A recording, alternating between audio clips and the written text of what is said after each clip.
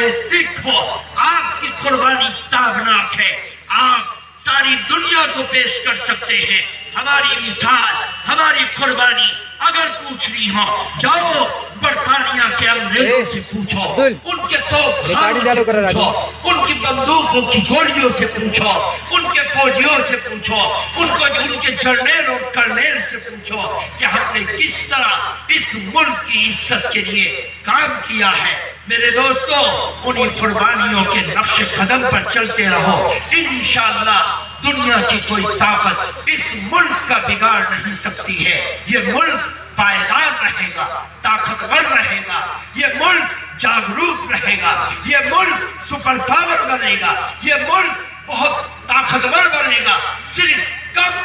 जबकि ये मुल्क एक इत्तेहाद की लहरलड़ी में इसको पिरोया जाएगा।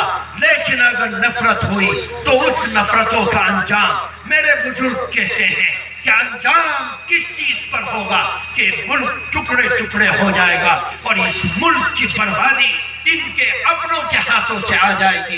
अल्लाह ताला हम सबको समझने की तौफीक अता फरमाए, खैर से माला माल फरमाए, शुरूर व फितन से महफूज फरमाए, मुल्क की कौम की खिदमत की तौफीक अता फरमाए, मुल्क की कौम की मिल्लत की अल्लाह हिफाजत फरमाए, हमारे नौजवानों के जज्बात की हिफाजत फरमाए और नजर बद से इस मुल्क के रहने वालों की, इस मुल्क के नौजवानों की, इस मुल्क की परंपराओं की, इस मुल्क के मोहब्बतों की हिफाजत फरमाए।